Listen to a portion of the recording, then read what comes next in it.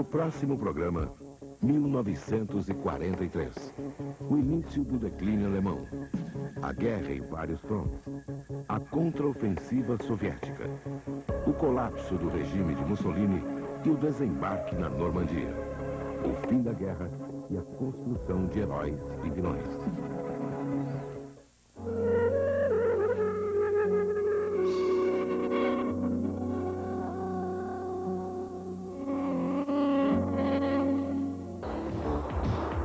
Conheça as fitas de vídeo que a Videocultura produziu para você ter em casa. Vestibulando. Ética. Energia. Confissões de adolescente. A mão livre, a linguagem do desenho. Videocultura, a qualidade dos melhores programas da Rede Cultura em vídeo para você colecionar e assistir quando quiser. 0800 126 122, de segunda a sexta-feira, das 8 às 18 horas, sábados das 8 às 13 horas.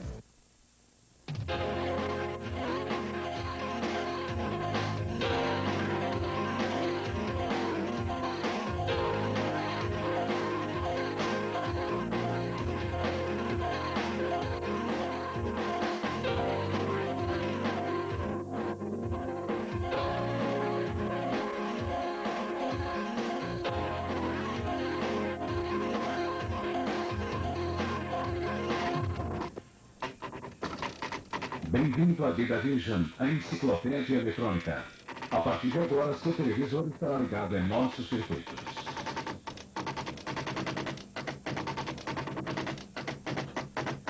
Informação solicitada. O que é a luz? Sua solicitação está sendo processada pelo nosso computador central. Estamos entrando no arquivo física.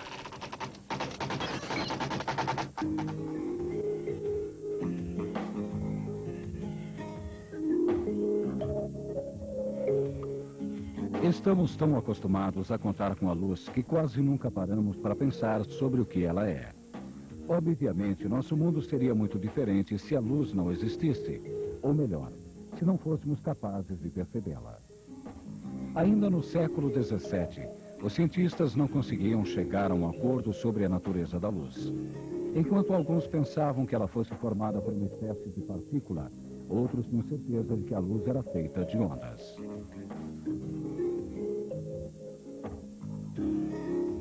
Existem muitas perguntas que podemos nos fazer a respeito da luz. Podemos ver as coisas porque a luz existe, mas como é que a própria luz afeta as coisas que vemos? Que relação existe entre luz e cor? Por que certos objetos emitem luz e outros não? Porque a luz se comporta de maneira diferente na água e no ar? Porque a luz pode atravessar alguns objetos e outros não? Para entender todas essas coisas, primeiro temos que entender o que é a luz.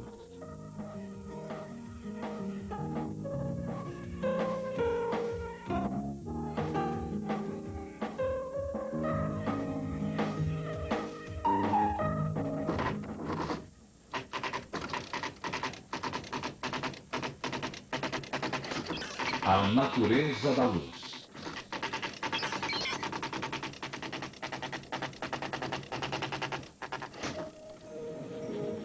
Hoje sabemos que a luz se transmite através do espaço sob a forma de pequenos feixes de energia chamados fótons, que associam as propriedades das ondas e das partículas. Tanto a luz como o som se propagam através de ondas, mas enquanto as ondas do som vibram as moléculas do meio através do qual ele é transmitido, como neste exemplo onde podemos ver seu efeito sobre a água, a luz tem a propriedade de se propagar no vácuo. Isso se deve ao fato de ela ser uma onda eletromagnética.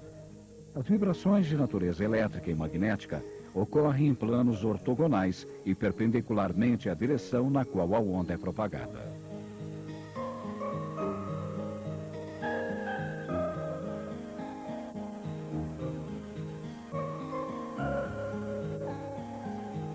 Assim como o ouvido humano pode distinguir tons ou frequências, também o olho distingue as cores.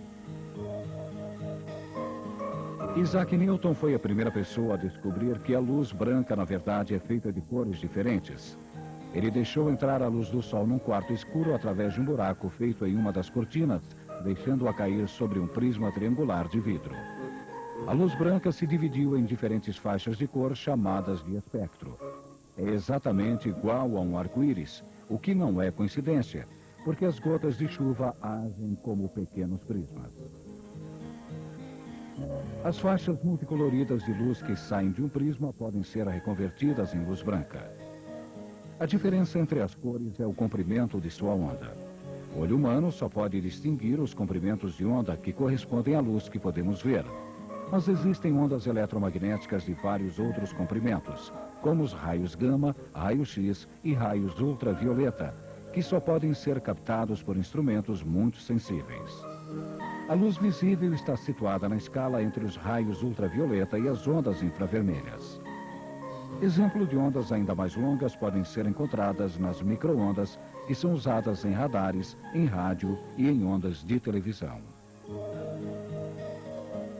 Assim como existem objetos que captam ondas de diferentes comprimentos, também há objetos que podem emiti-las. Entre estes estão as fontes de luz visível.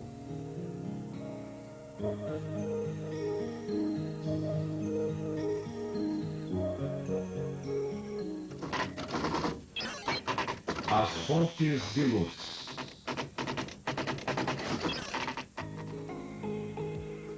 Toda a luz que podemos perceber vem de corpos que transmitem sua própria luz, e é por isso que os chamamos de fontes de luz. Eles podem emitir luz graças à sua capacidade de transformar energia em luz.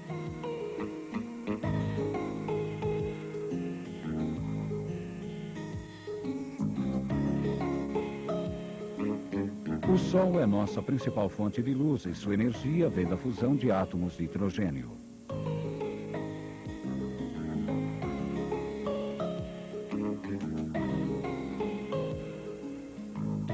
As lâmpadas acendem porque a corrente elétrica passa através do filamento e o aquece até torná-lo incandescente. Os metais também emitem luz quando submetidos a altas temperaturas.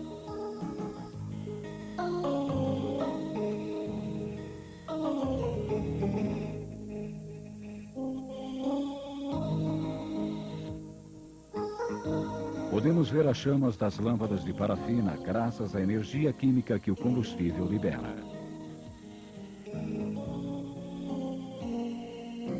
Esta transformação de energia em luz é produzida dentro do átomo. Vamos imaginar um elétron descrevendo sua órbita circular dentro do átomo. Se o átomo receber energia, então o elétron pulará para uma órbita mais alta. Quando ele voltar para o seu caminho anterior, emitirá o excesso de energia sob a forma de uma onda eletromagnética, parte da qual será percebida como luz. Neste caso, o átomo emite uma espécie de partícula carregada de energia chamada fóton. A maioria dos objetos não emite luz, apenas a reflete. E os objetos que recebem luz projetada absorverão parte dessa luz e refletirão outra. As cores são uma consequência direta desse fenômeno. Quando se projeta a luz branca sobre alguma coisa, então esse objeto absorverá parte do espectro e parecerá de uma determinada cor. Por exemplo, uma superfície amarela absorve todas as cores do espectro menos o amarelo, que é a cor que ela reflete. Quando alguma coisa aparece preta, é porque absorveu toda a luz que recebeu. Por outro lado, objetos brancos refletem toda a luz que recebem. A capacidade que os objetos têm de refletir a luz e as diversas cores é que torna o mundo em que vivemos multicolorido. A propagação da luz.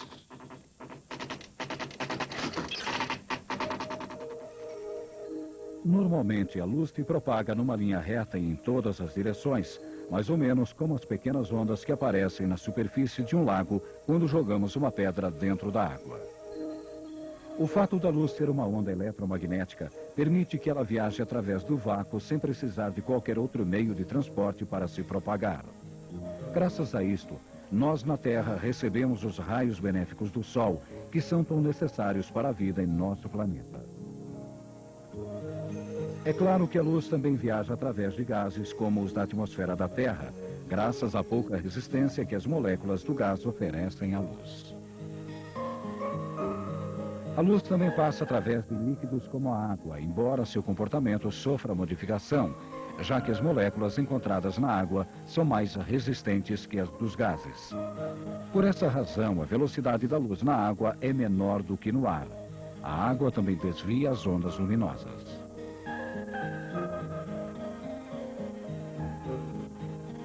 Quando a luz viaja do ar para a água e vice-versa, muda seu caminho em consequência direta da mudança de velocidade. A mesma coisa acontece quando a luz se projeta sobre alguns objetos sólidos e transparentes, como o vidro, por exemplo. Mas se o vidro é cortado e polido adequadamente, vemos que o desvio da luz pode ser controlado, e este é o objeto de estudo das ciências que tratam da visão. É claro que existem várias aplicações dessa ciência, como no uso das lentes, nos telescópios que estudam as estrelas, na revelação de fotografias e nas lentes cinematográficas.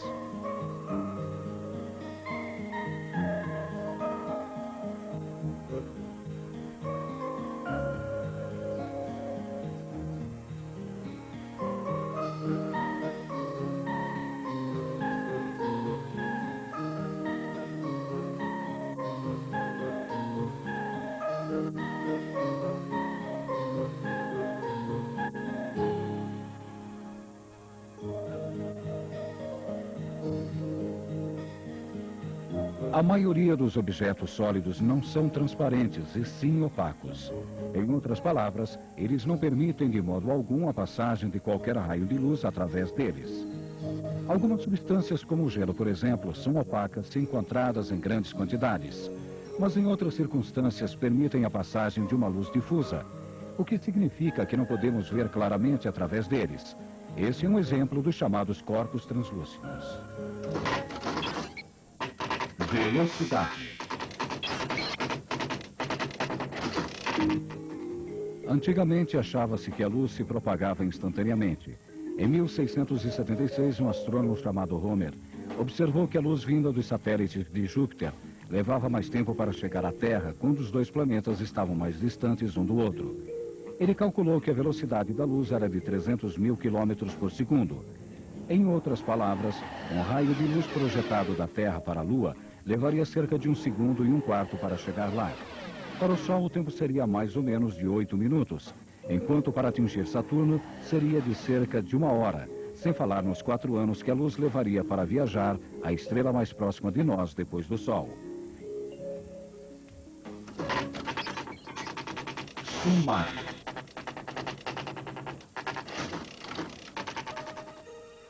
A luz é uma radiação eletromagnética visível ao olho humano. A luz branca é feita de cores e os objetos refletem diferentes componentes dela. Normalmente, a luz se propaga em linha reta e em todas as direções a uma velocidade de aproximadamente 300 mil quilômetros por segundo. As fontes de luz são corpos capazes de emitir luz por si mesmos, como o Sol, por exemplo. Vida Vision, a enciclopédia eletrônica. Espero que você tenha achado essas informações interessantes. Fim da transmissão. Nossa língua portuguesa. Vou-me embora. Esse me que está aí pode sair da frase? Posso dizer, vou embora para Pasárgada?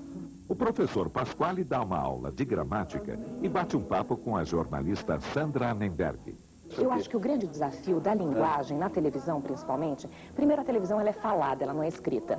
É muito difícil em televisão, por ser falada, muitas vezes nós queremos ser coloquiais, né? E a coloquialidade, às vezes, ela é perigosa. Muitas pessoas não assumem que, eu não sei, o medo de ir no pai dos burros, né?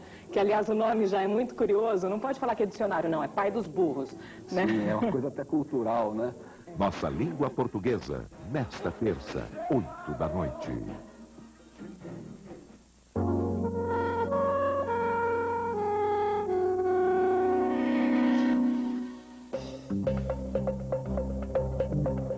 Acorde cedo, preste atenção na aula, acompanhe a explicação do professor. Se você quer entrar na faculdade este ano, fique ligado na tela da Rede Cultura. Revisão das matérias do primeiro e segundo graus no Vestibulando, de segunda a sexta, 8h15 da manhã.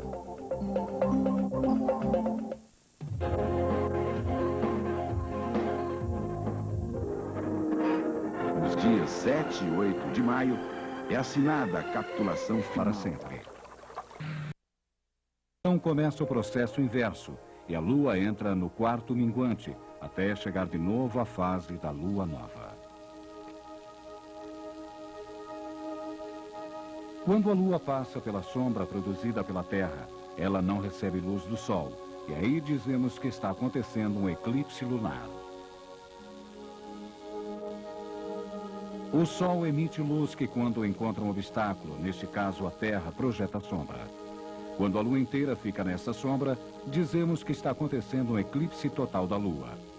Mas se apenas uma parte da Lua fica na sombra, dizemos que está acontecendo um eclipse parcial da Lua.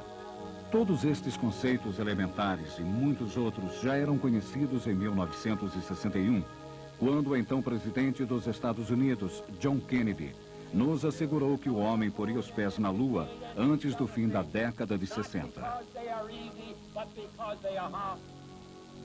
A partir daquele momento, a missão Apollo começou com o objetivo único de colocar o homem na Lua e depois trazê-lo de volta em segurança.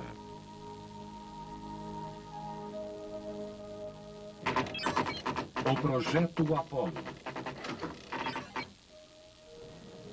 Quando Kennedy lançou esse desafio, os soviéticos levavam nítida vantagem na corrida espacial. Afinal, eles já haviam lançado ao espaço o Sputnik, o primeiro satélite artificial da Terra. Colocado o primeiro ser vivo em órbita, uma cadela da raça Laika. Posto em órbita lunar, a sonda Lunik 3, que tirou as primeiras fotografias do lado oculto da Lua. E mandado o primeiro homem, Yuri Gagarin, ao espaço.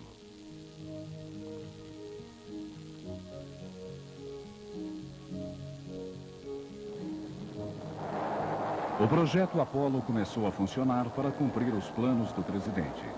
Primeiro, uma série de sondas foram enviadas para fotografar, mapear toda a Lua e para obter todas as informações possíveis, a fim de preparar o lançamento mais importante, que seria o do Apollo 11. É claro que antes de colocar um homem na Lua, era preciso observar muito e realizar uma série de experiências.